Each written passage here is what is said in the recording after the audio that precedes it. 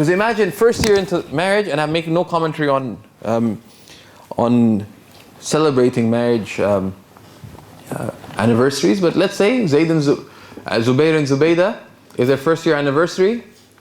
Zubayr said, I'm going to take you for dinner. Right?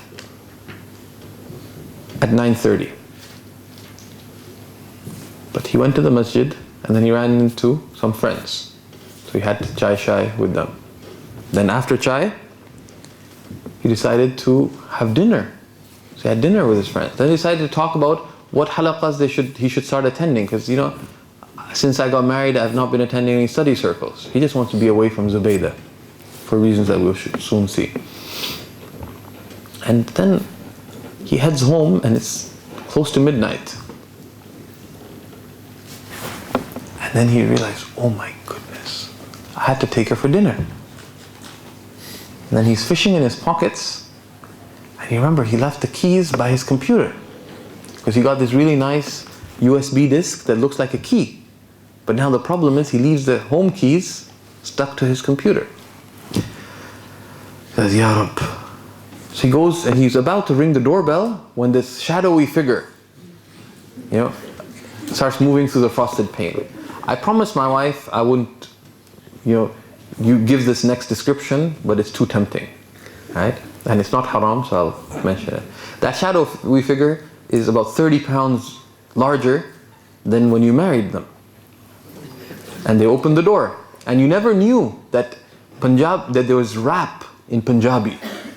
Because Zubaydah is rapping away her insults at you, telling you whom you're descended from, and where to go in the hereafter, what animal you are, and mentioning many contradictory species of animals.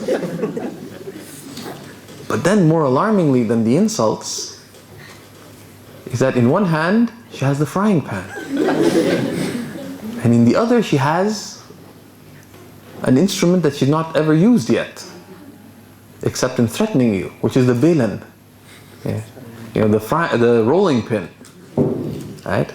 And she's waving them in dangerous ways, right? Now in that kind of situation, and this is a bit dramatic, but other situations like this arise in marriage where one spouse has an emotional meltdown. How do you respond to that? Right? You could respond in an egotistical manner. And like they say in Arabic, تزيد الطين بلا. You add water to the mud. Right? You make things even muddier. Or you could respond with forbearance. Right? And part of forbearance is that there's an amazing prophetic sunnah. And if you look at so many hadiths of the Prophet ﷺ, it is clear. And we'll close with this as a point of reflection. The Prophet ﷺ did not simply listen to the words of people and what they were expressing with their words, but he listened to their hearts. So what were they expressing in what they said? And if you listen, if you're stuck in being in Zubair's shoes, may Allah help you, right? If you listen to Zubaydah when she's screaming at you in Punjabi, and you're not Punjabi, you get really threatened by Punjabi expressiveness, right? And I deal with it a lot because my mother is emotionally Punjabi. She takes great pride in that. Ethnically, she's not Punjabi. We had local elections and there's actually a Muslim sister, hijabi, running for parliament. My mother put up a sign for Harinder Thakkar, this Sikh man. Why? Because he's Punjabi. I was like, oh, come on. Right? But because he sent her laddus when she won some prize for the Pure Board of Education. He says, if he gets me laddus, and then he sent flowers, he's a good man. And he's Punjabi. If I was my dad, I'd be jealous. But anyways, right? If you have prophetic wisdom, right? When you see Zubaydah, your wife, or you see your husband Zubayr, you're being unreasonable. Don't just listen to what they're saying, but listen to their hearts. When Zubaydah is mad at you that you didn't come home at 12:30, she may come up with a whole bunch of descriptions of who you are. But what is she expressing about the fact that you didn't come home till 12:30? What is she emotionally expressing? How did she feel about you not coming home? Upset. But why is she upset? What does that indicate about how she feels about you? What? She cares about you. That's not bad. Okay, what else does it express? Would she rather have had you at home, or get lost? Right? It tells you that she wanted to be with you. She cares about you. She wanted to be with you. She wanted to go out with you for your anniversary. That's not a bad sign. Right? And if you can listen to what the person is expressing, and that's how the Prophet ﷺ was. He listened to what people were expressing emotionally in what they said. And if you can deal with those honestly, right, you have something to work on. Sincerely.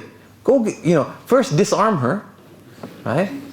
Because a bilin at the back of the head is quite dangerous, right?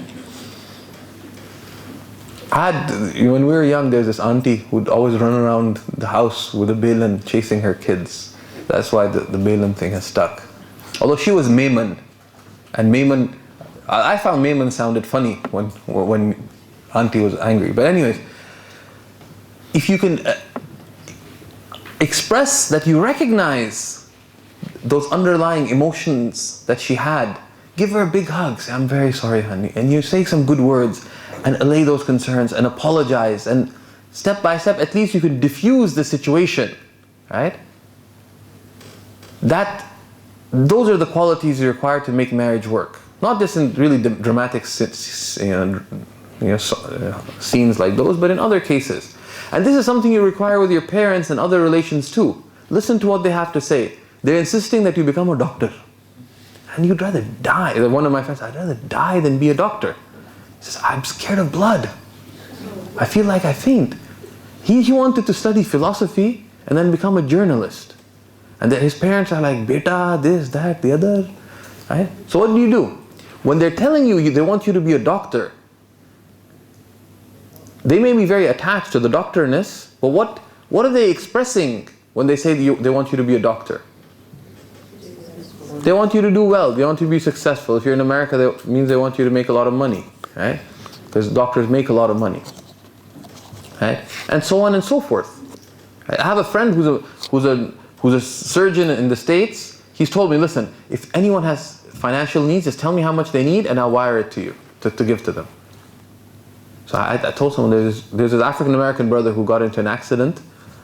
Said he needs some funds. Said, how much? I said, well, it'll be about 4,000.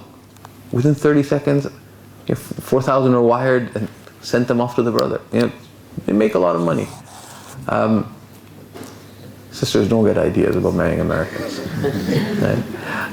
But it's only the doctors, and only certain types of doctors, right? And they have also hundreds of thousands of dollars in medical school debts as well. So you'd probably have to marry like a 40-year-old doctor. You have to have one that's out of debt, so be careful. Right? But if you can listen to the concerns your parents have when they tell you these kinds of things, and you can allay those concerns, right? Then you'll be able to get your way much faster than getting into an explanation of why journalism means so much to you. Which they say, "Dimag kharab hai, journalists, they drive around in scooters." Right? Because that's what happens back home, right? And do journalists drive around in scooters here? I don't know, but back home they do. I've heard from several people who wanted to be journalists that that's what their parents complained, right? So this is what you need to do in terms of getting married, right? It needs work, it needs preparation, it needs seriousness, it needs reflection, right?